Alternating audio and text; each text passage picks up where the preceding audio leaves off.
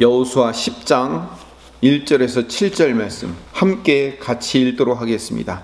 그때 여호수아가 아이를 빼앗아 진멸하되 여리고와 그 왕에게 행한 것 같이 아이와 그 왕에게 행한 것과 또 기브온 주민이 이스라엘과 화친하여 그 중에 있다 함을 예루살렘 왕 아도니세덱이 듣고 크게 두려워하였으니 이는 기브온은 왕도와 같은 큰 성임이요 아이보다 크고 그 사람들은 다 강함이라.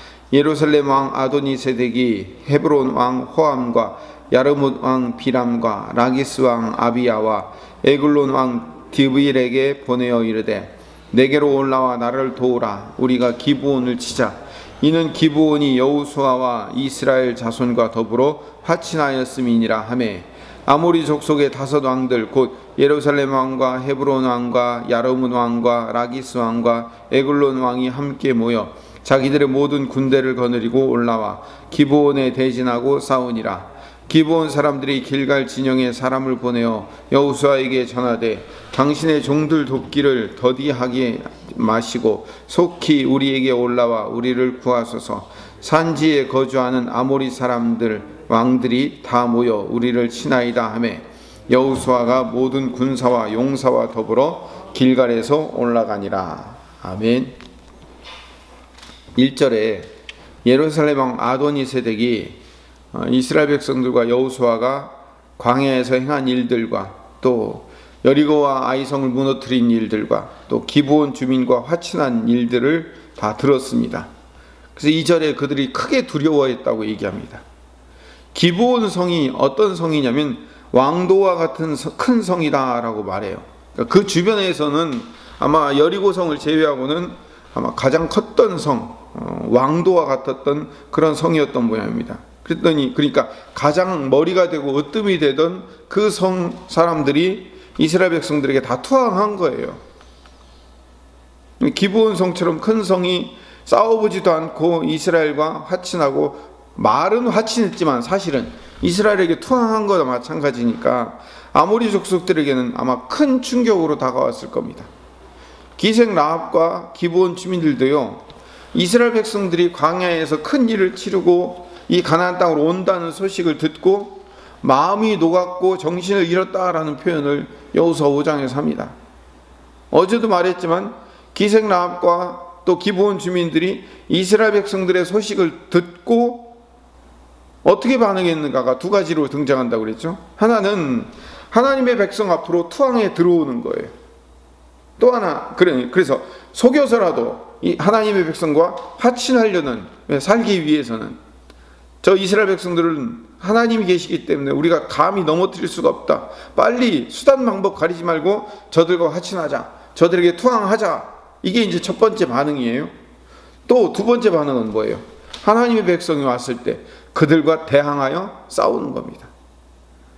이 기브온은 히위 족속이라고 그랬어요. 근데 히위 족속 옆에 이 아모리 족속들의 5 왕들이 도시국가죠. 이 아모리 족속의 5 도시국가들이 하나님의 백성들과 대항하여 싸우는 쪽을 선택한 겁니다. 그래서 3절에 예루살렘 왕 아도니세덱이 주변에 같은 아모리 도시국가들인 헤브론 왕 호암과 야르뭇 왕 비람과 라기스 왕 야비야와 에글론 왕 드빌에게 도움을 청해서 우리 같이 뭉쳐가지고 저 이스라엘 백성들을 물리치자, 이렇게 이제 얘기했을 겁니다. 그래서 4절에 우리에게로 와서 나 예루살렘 왕 아도니세덱을 도와줘라. 우리가 기브온을 쳐야 된다. 기브온이라는 이 도시국가가 이스라엘하고 싸워보지도 않고 화친하고 그들 밑으로 들어간 것은 우리 가나안 백성들의 자존심을 꺾는 행동이며 용납할 수 없는 행동일 것이다. 용납할 수 없는 행동이다. 아마 이렇게 말했을 겁니다. 그래서 5절에 아모리 족속의 이 5 왕과 그 군대들이 함께 모여서 기브온을 이제 쳐들어 오는 겁니다. 그러니까 이제 기브온 사람들이 5 왕들이 쳐들어오니까 어떻게 돼요? 이스라엘 백성들과 화친 조약을 맺었잖아요. 그러니까 이스라엘 백성들이 진치고 있었던 길갈로 사람을 보내는 거예요. 그래서 여호수아에게 이 사실을 알려요. 당신의 종들을 돕기를 천천히 하지 말고 속히 우리에게로 올라와 가지고 우리를 구원해 달라고 사신을 보냈습니다. 산지에 거주하는 아모리 사람들이, 다섯 왕들이 모두 모여서 우리를 치려고 합니다. 빨리 도와주십시오라고 말한 겁니다. 그러니까 7절에 여호수아가 모든 군사와 용사를 데리고 길갈에서 기브온 족속이 있는 땅으로 올라갑니다. 이제 내일 말씀드리겠지만 남방 연합군이라고 부르는 거예요. 이게 남방 연합군들이 이스라엘과 싸워서 이스라엘이 승리하고 이들이 패배하는 장면. 그 다음에 11장으로 넘어가서는 북방왕 연합군, 4명의 북방왕 연합군과 싸워서 또 이스라엘이 이기는 장면들이 계속 등장을 하는 겁니다. 그러니까 남방 연합군, 5명의 남방 연합군과 이스라엘과 싸우게 된 계기가 바로 기브온 족속들 때문에 그렇게 된 거예요. 기브온 족속이 이스라엘과 화친하기로 결단하고 속여서라도 그들 밑으로 들어가서 조약을 맺으려고 했던 이유는 이스라엘의 하나님에 대한 소문을 들었기 때문에, 9장에서 이스라엘에 대한 소문을 들었다, 이스라엘을 이끄시는 하나님에 대한 소문을 들었다는 얘기가 9장 1절, 9장 3절, 9장 9절, 9장 10절 4번이나 반복이 돼요.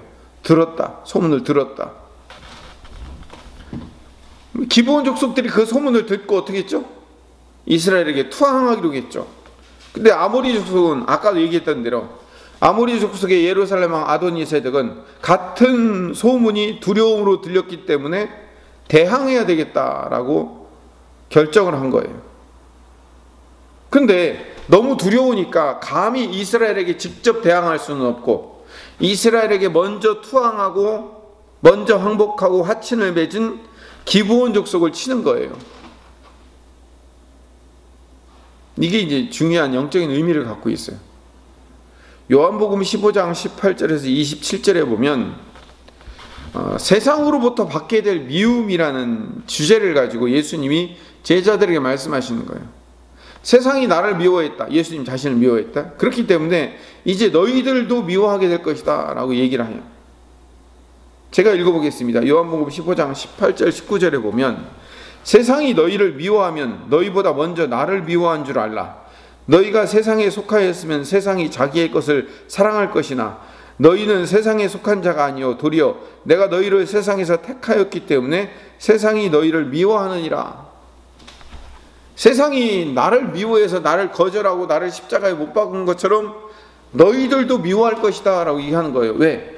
너희들이 세상에 속한 자들이 아니라 나한테 속한 자이기 때문에 라고 말씀하시는 거예요. 그래서 앞으로 너희들이 이 땅을 살아가면서, 이제 제자들을 얘기하는 거죠. 너희들이 이 땅을 살아가면서 세상이 너희를 당연히 미워하게 될 수밖에 없을 것이다 라고 얘기를 하는 거죠.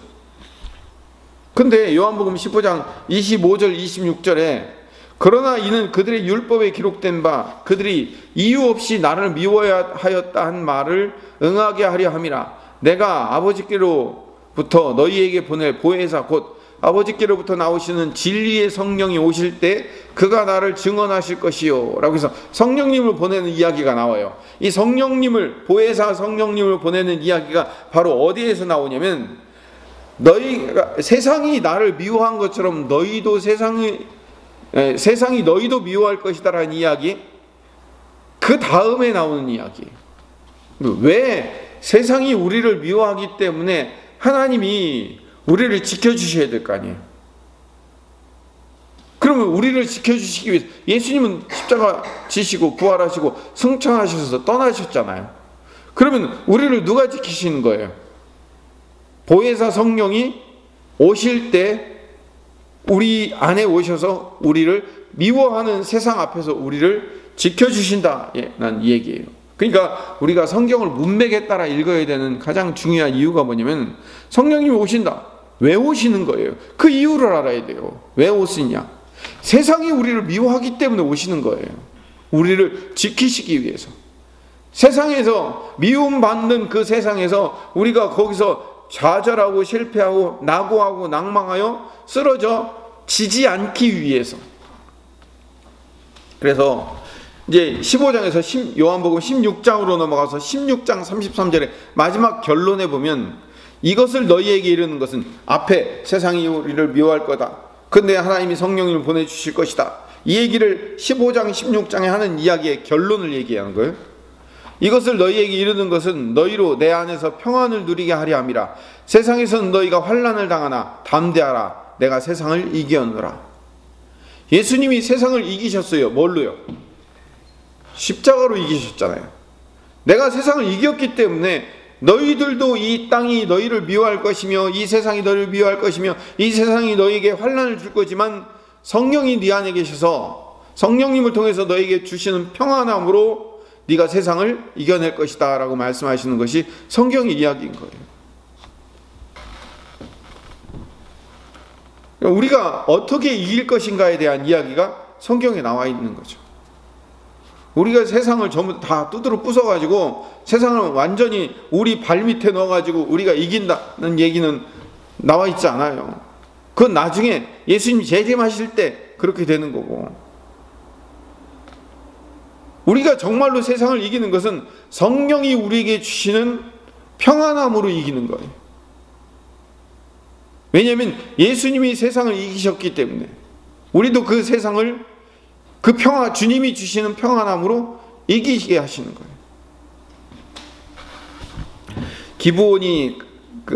기브온과 같은 그 가나안 족속들과 힘을 합쳐서 이스라엘에게 대항하면 가나안 족속들이 미움을 받지 않았을 거예요. 그런데 이 기브온 족속들이 하나님의 백성들의 편에 섰기 때문에 가나안 족속 중에서 아모리 족속들에게 미움을 받고 배신자로 낙인 찍혀서 지금 공격을 당하고 있는 거예요. 성경을 읽은 분들은 다 아시겠지만, 이제 내일 계속해서 말씀드리겠지만, 결국 이 전쟁에서 여호수아와 이스라엘 군대가 승리하고 기브온 족속들을 구출해내요. 하나님께서 그 언약대로 이기게 하시는 거예요. 오늘 말씀 정리합시다. 언약 이전에 기브온 족속들은 멸망받을 족속들이었는데 이스라엘에게 투항함으로 하나님이 살리시고 여호수아와 이스라엘로 하여금 보호하며 승리하게 만드시는 거죠. 신약의 이 백성인 우리 성도들도 마찬가지예요. 우리 성도들도 반드시 사탄과 죄와 사망의 권세에 의해서 우리는 멸망당하 죽을 수밖에 없는 존재들이었어요. 세상 사람들이 우리를 공격해서가 아니라 우리는 세상과 속했던, 세상 안에 있던 사람들이기 때문에 세상 사람들과 똑같이 살다가 죄와 사망의 권세에 의해서 우리는 멸망당해 죽을 수밖에 없는 존재였어요. 근데 예수님이 이 땅에 오셔서 예수님이 이 세상을 이기셨어요. 승리하셨어요. 근데 우리가 예수님 편에 선 거예요. 그러니까 어떻게 돼요? 세상이 우리를 미워해요. 그럼에도 불구하고 성령님을 보내주셔서 우리가 세상을 이길 수 있게 만들어 주셨어요. 왜냐하면 예수님이 이겼기 때문에. 어디에서 이기느냐? 죄와 사망의 권세에서 이길 수 있는 거예요. 그게 예수님이 성령님을 보내주신 이유예요. 우리가 이 사실을 아는 거예요. 죄와 사망의 권세에서 예수님이 우리를 이기셨기 때문에 우리도 성령님과 함께 이길 수 있다는 사실을 깨닫는 거예요.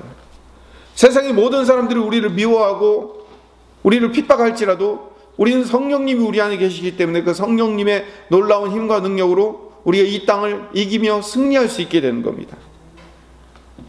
그 언약을 우리에게 주셨고 그 언약을 이루실 하나님을 신뢰하며 또한 하나님께 투항한 자들은 반드시 평안함으로 승리를 얻게 될 것이라는 사실을 깨닫고 성령님은 늘 우리를 이기게 하신다는 믿음을 가지고 살아가는 이 아침 되시기를 간절히 소망합니다.